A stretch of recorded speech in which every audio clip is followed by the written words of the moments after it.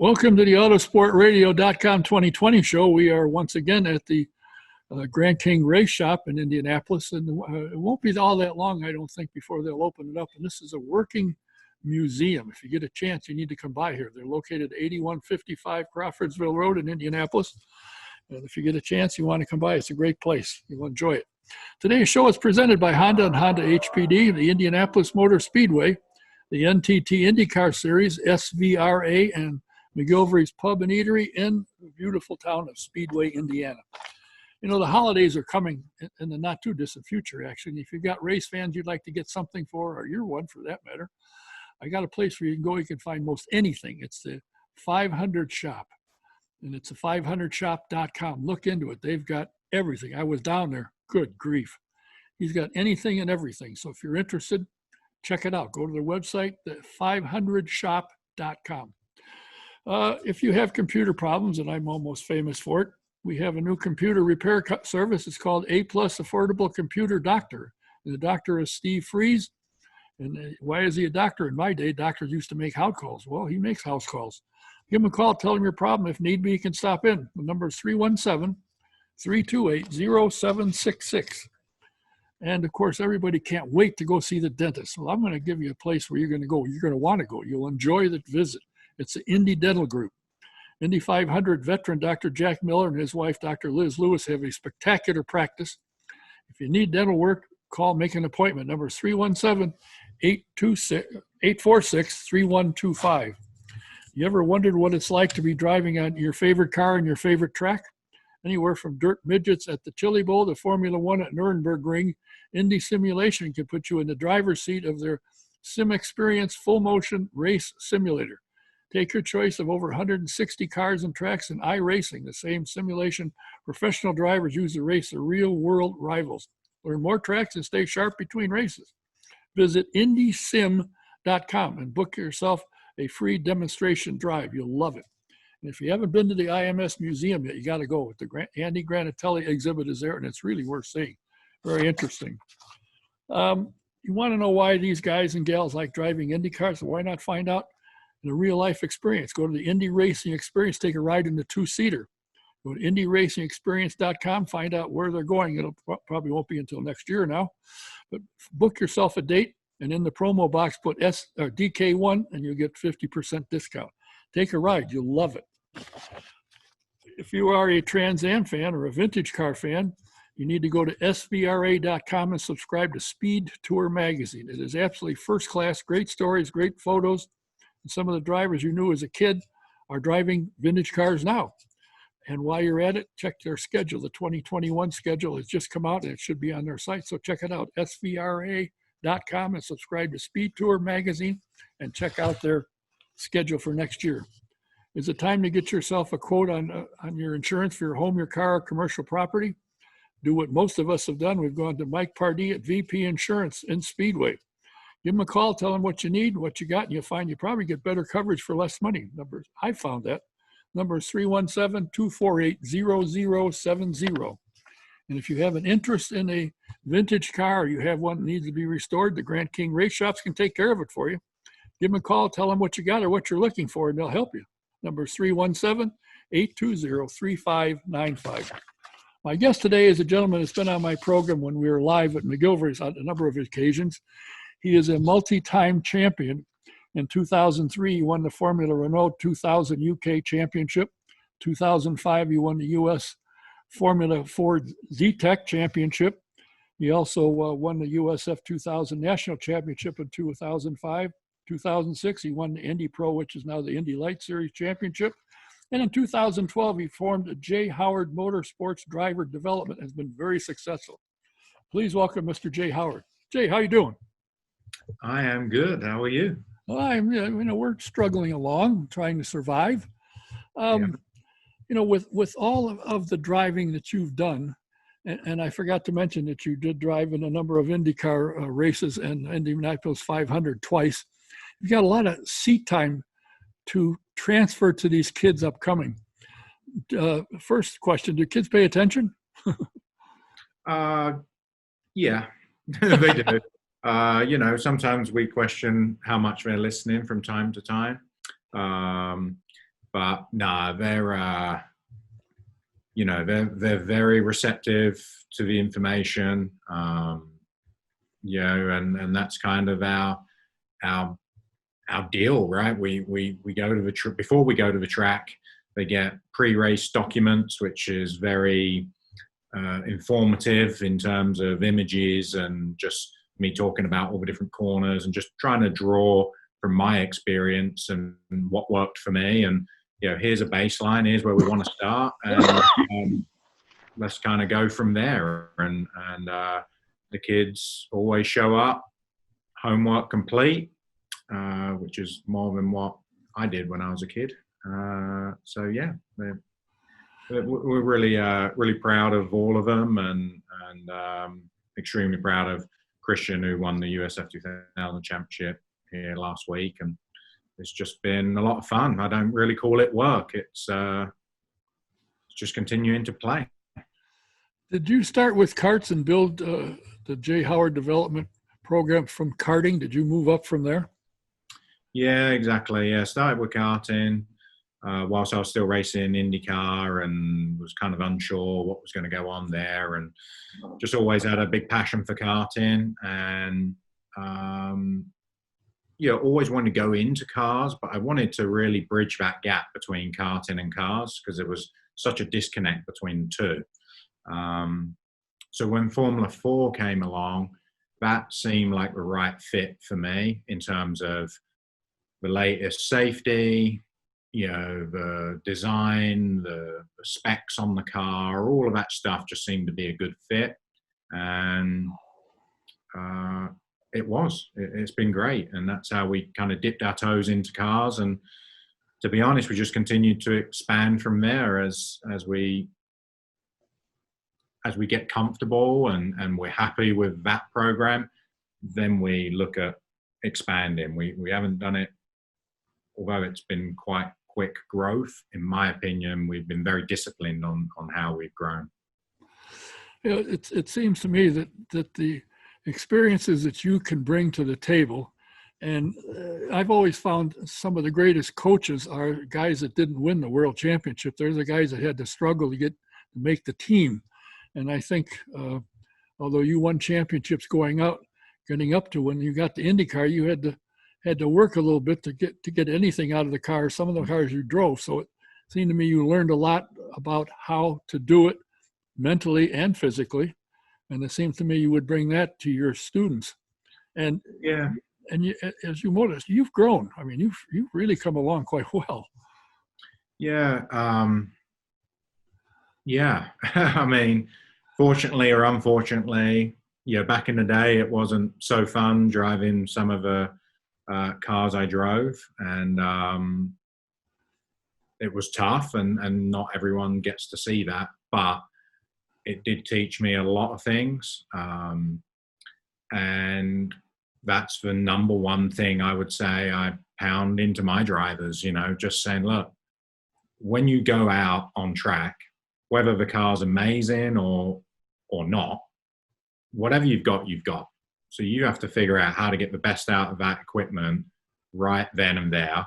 Then you come back, let's talk about it. Let's figure out how we can make the car better. Let's figure out how we can make you better and continue to improve. That's what the development, that's why I called it driver development, because it's exactly what it is. And I just felt like all of the teams and programs that are in place and our competitors to us are a little more race team driven.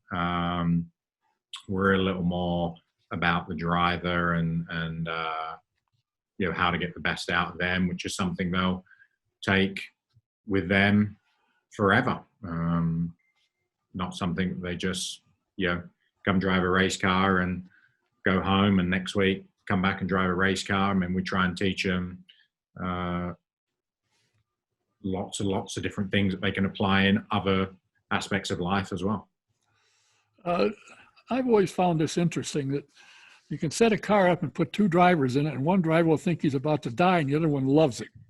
You find your kids have the same thing, that you have to set a car off that's run well, and the driver gets in and goes, whoa. There is a difference in driving style and drivers. I've seen over many years.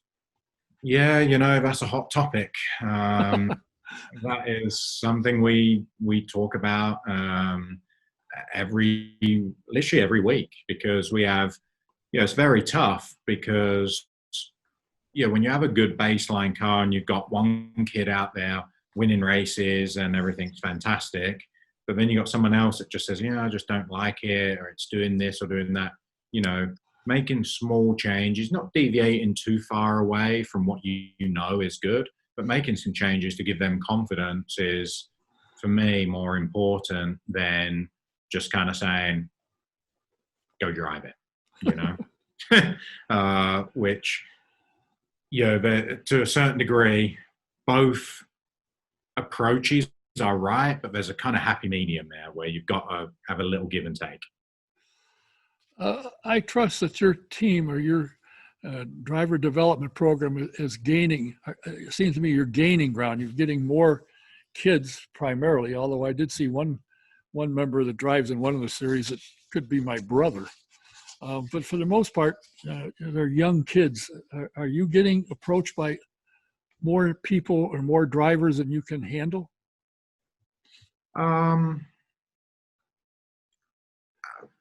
Yeah, maybe. I mean, it's kind of, we definitely have a full house, I guess, is one way of kind of putting it. For us, again, looking at expanding, it just has to make sense. We're having discussions right now about Indy Lights. What do we do? How do we do it? One car is okay, 2 is great, 3 sometimes adds its challenges. You start having to get another transporter, a few more. I don't know. Just there's a kind of magic number for every series, and also trying to keep the drivers' relationships are just as important as anything else. So trying to make sure we're picking the right people to all kind of get along with each other and keep the team atmosphere up. So, it's like everything in life. It's a balancing act. Now, Roger has indicated that he wants to bring, and they're planning on bringing lights back from 2021. But he also said early on that he wants IndyCar teams to either own one or associate with a lights team. Have you looked into that, or has anybody approached you with that possibility? Yeah. There's been quite a few conversations. Can't really tell you much more than that right now, but there has been conversation. I think once maybe Roger has a solid plan, like, okay, this is a decision. We do want you guys to have an association or your own team. I think that would be great. But I think right now the challenge is, again, just creating value and just trying to get the cost down. That's really the biggest thing. I mean, to be honest, if there's 20 cars, 20 Indy Lights seats available, doesn't matter if there's 20, there's 15, or there's 10. If there's only 6 drivers out there with the funding to do it, it doesn't really matter. So there's, again, talk about balance, trying to figure out creating value. And they've done a good job so far with some of the changes that they're making. The top 3 in the championship are all going to get IndyCar tests. That's great. That's what these kids want. That's what they deserve. They deserve an opportunity. So just continuing to work down that path, and it'll be back. It's amazing racing. Everyone loves it. The cars are amazing. I had to get in and drive one the other day because couldn't resist it. And it's an amazing car. So, it couldn't be in better hands. Roger Penske is the man, and so he will figure out a way. And the thing that now just impressed me, I figured you would have been contacted, but it says a lot in my mind for your program that teams are looking to you, say, hey, if we can do this, are you interested? They obviously realize what kind of a program you have and what your kids are learning that would qualify them to eventually move up to IndyCar, which I assume is your main goal. Yeah, would love to, be in IndyCar in some form. Yeah, I don't think I'd be going off and buying Indy cars and running them out of my building right now. It would make sense for me to be tied with a team and maybe, yeah, however that would look. I don't know, but yeah, the ultimate dream and why I started all of this was to be able to take a kid from karting and bring them in and take them all the way to IndyCar without having to ever leave the organization, and kind of like a homegrown driver, so to speak. And, keep that continuity. That's one of the things Rasmussen, who won the championship this year, and some of our other kids that are doing really well, is having that continuity of the same coaching. I mean, I say to them all the time, I hate to sound like a broken record, but it's going to be the same thing. Get to IndyCar, you're going to be working on the same things. It's no different if I go drive. These are the things I'm telling myself. So, understanding that language as well. There's some really key relationships that, there's nothing better than coming back with the same group of people and continuing to move up the ladder. The thing that's impressed me, and you were one of the first that graduated from Indy Lights to IndyCar, and there's so many of them now currently competing that have come out of the Indy Lights and the Road to Indy program in particular. So obviously Dan Anderson and his group are doing something and putting something on the track that works. And it's, from what I can see, the only real ladder system in the motorsports world in the world. Yeah, I mean, bottom line is, if you can win at the Indy Lights level, you can win at the IndyCar level. It's just all the new details, like, the things that Scott Dixon's so good at, right? Saving fuel, hitting these fuel numbers, understanding when he's on blacks, reds, new reds, old reds, understand the situation. What does he have to, accomplish from this pit stop through to the next pit stop? Again, continuity, talking about Mike Hull, Chip Ganassi, Simmons, the engineers, Blair Julian, a lot of these key people have been around him for a long time. And again, that is part of their success. And, I think someone like O'Ward is a good example, Colton Herter, these young guys coming through, they're just as fast. There's no doubt about it. So it's just them learning those details, putting it all together, and those guys are the future of IndyCar. So it goes back to the road to Indy, and what a good job everyone's doing there. Down to the guys that,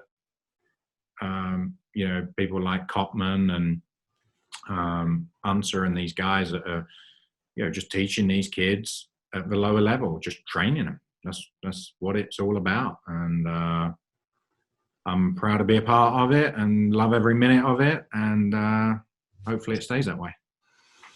Well, as I mentioned early on, when I first met you, you were single, you're a young guy hopping around. Better looking, right? Yep. I'm sorry? Better looking. I didn't say that.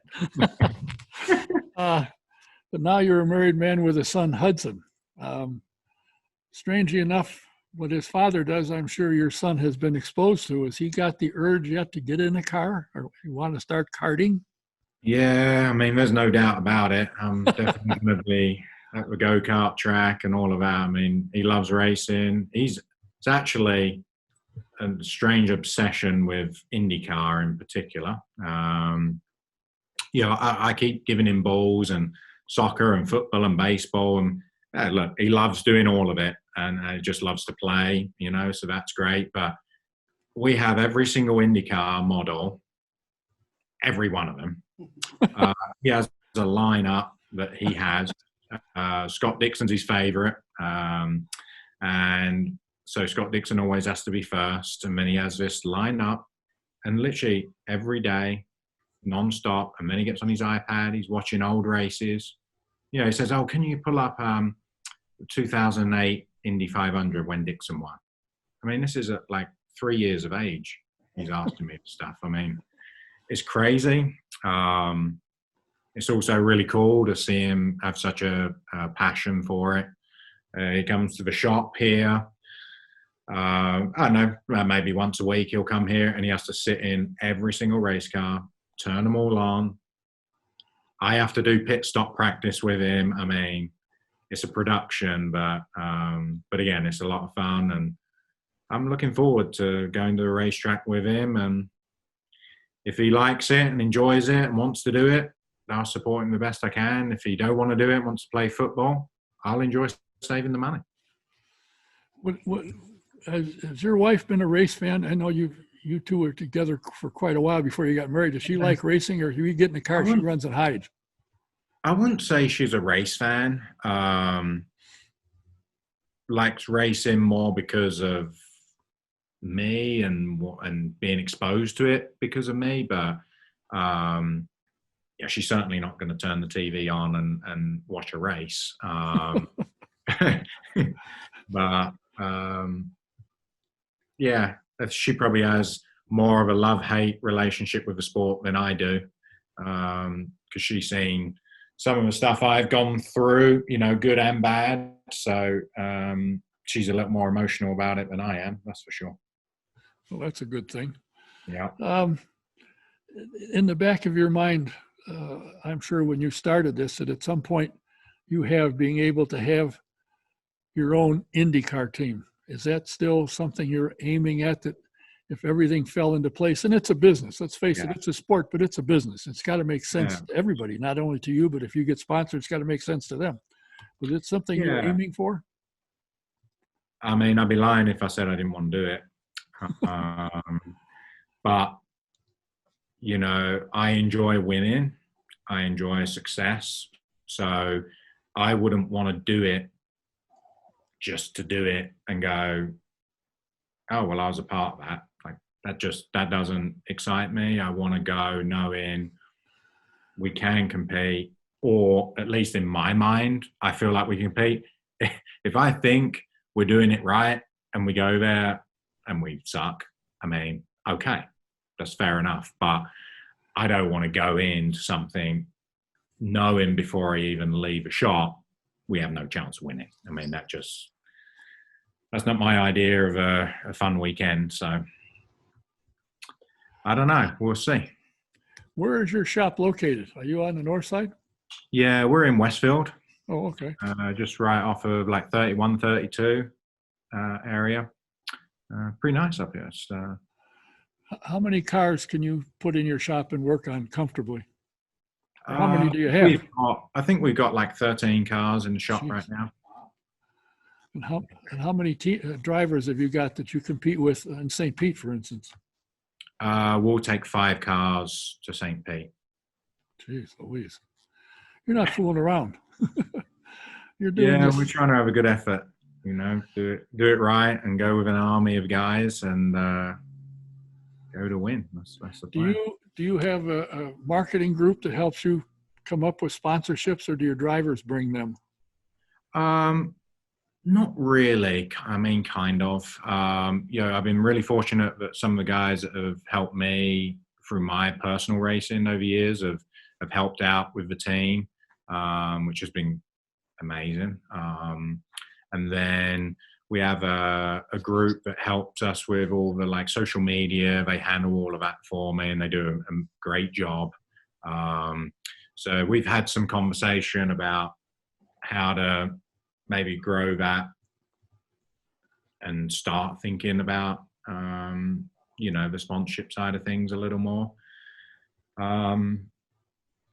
That's really it. We don't really have a dedicated person or company or team of people that, seek sponsors. It is primarily driven by parents that either have the funding themselves, or they have a sponsor, or maybe have a friend who's sponsoring. It's 99% of the time it's the drivers bringing the funding.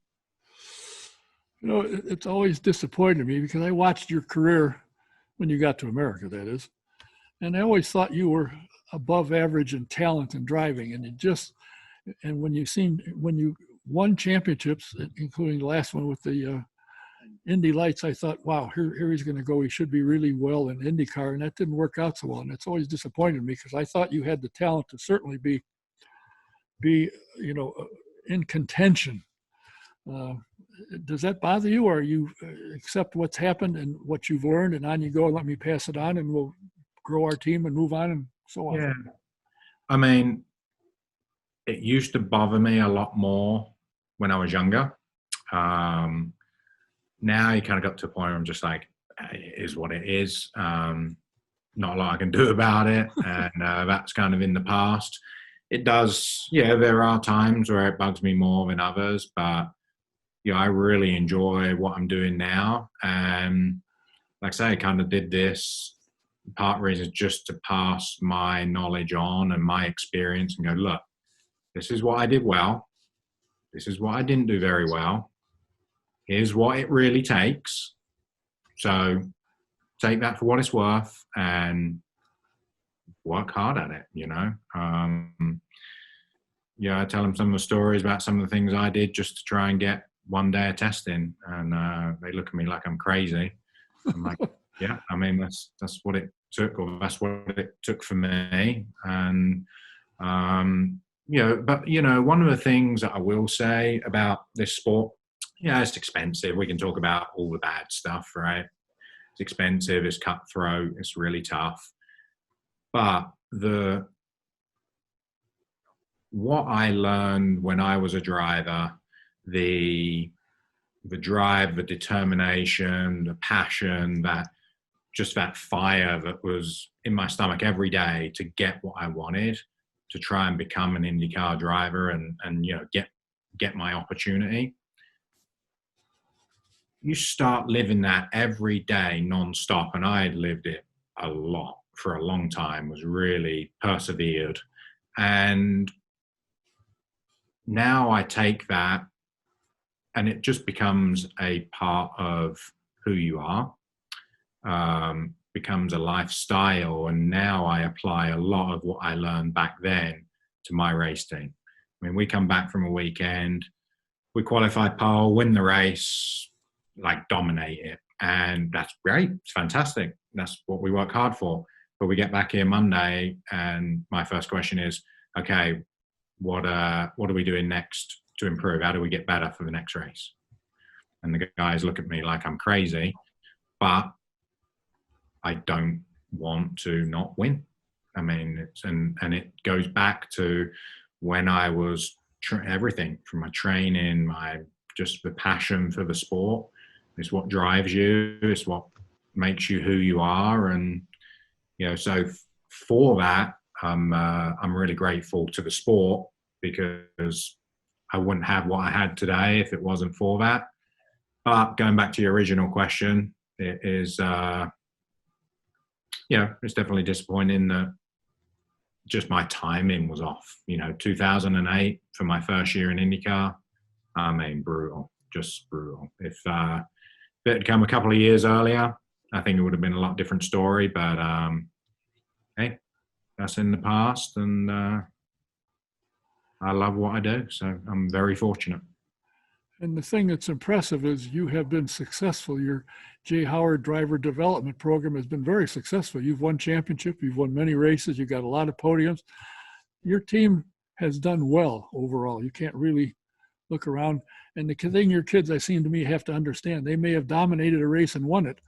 You come back and say, what can we do better? Because you got to think there's teams that went home and said, all right, how the hell do we catch these guys? Absolutely. What do we do to get better to catch us? So you got to keep moving. Absolutely. And if you think they're not doing that, then you're crazy. Pretty well sums it up. Well, how do things look for St. Pete this weekend? Good. We're boys are actually loading up right now, and trucks will be on the way first thing in the morning, and we're excited. I mean, this will be the first time we've gone to last event. Championship's already won. No pressure on the one boy anyway, and so it'll be interesting to see how he does. Whether he drives any different with the championship already locked up. You know, he's already full of confidence, and it'll be interesting to see how he does. But I'm going to enjoy it. I won't have the stress of worrying about, are we going to win or are we not? It's it's pretty cool. I think the best part would be if he could win this weekend and go into next year full of steam, rather than say, I won the championship and go out for a Sunday drive. Yeah, I guess. So I haven't told him because I don't want him to know, but someone told me that if he wins both races at St. Pete, that's like some record for any driver, most amount of wins in a USF2000 category ever or something. I don't know. Some record. I'm like, great, sure, we'll try. I'm not, like I say, I'm not going to tell him. We'll just go there and take it lap by lap, session by session, and focus on what's immediately ahead of us and try and execute. And hopefully we come away with some more trophies. What's the driver's name and the car number? So I've got some friends that are going to be going down there and some that are there already. They live there. Oh, okay. What do they cheer for? Christian Rasmussen is number 6 in USF2000. Okay. We have cars. Our cars are really easy to kind of pick out, quite cool graphics on them. But we have cars 5, 6, 7, 9, and 18 are our car numbers. So. Well, I'll tell you what, it's going to be fun to watch. I will be watching on television. I'm a little disappointed that some of the, I have NBC Gold, and they do show some of the Road to Indy races. And my only objection is the camera guys get to take a break and go have lunch or whatever it is they do. Yeah. The cameras are set up, and you could be listening to Rob Howarton talking about something, and you're not looking at it, so you don't really have a clue what the hell he's talking about. But I'll be there watching. I wish you nothing but the best. I think the direction you're going and what you bring to the sport for these young kids is untouchable. The thing that's always impressed me, and I suspect if you got in a car or you talked to these kids, how you drove, say for Indianapolis, how you drove there hasn't changed. The cars are getting there quicker. Yeah. And they stick a little bit, but you still, the same basic characteristics of driving the car on the track haven't really changed all that much. No, not at all. But you get there faster. Yeah, get there a little quicker, but it's like I say, same technique, same fundamentals. It's a race car with steering wheel pedals, and you have to figure out what that car needs. And every car is a little different, and that's your job as a driver to figure it out. Well, I think it's great that they have somebody like yourself when they come in with a problem, you understand it. In all probability, you've been through it. You've experienced it, so you can say, here's what can change that or make it better or whatever. So I think that's great. I think what you're doing is outstanding. So I appreciate it. We wish you well, and thank you for the time today, because I know you guys are getting loaded, ready to go. We wish you nothing but the best. And obviously, you've got one championship, and you could get a couple more podiums this weekend, perhaps. So good luck to you. Well, thanks. Appreciate it. Hope you guys are well, and I want to hear you cheering from Indy. Listen, you'll hear me. Trust me. Thanks for being here. My guest has been Jay Howard, the owner of Jay Howard Driver Development Program, hugely successful. He's a champion in his own right. He was won the Indy Lights and moved on to IndyCar. So now he's got a team teaching young kids of the world that want to learn to be race drivers. He's teaching them. We have some more guests will be lined up and coming in the next few days. So come back and see us. But until then, I want to thank Jay for his time and the Grant King Shop for opening the door and letting us in. Until next time, Don K saying, see you next.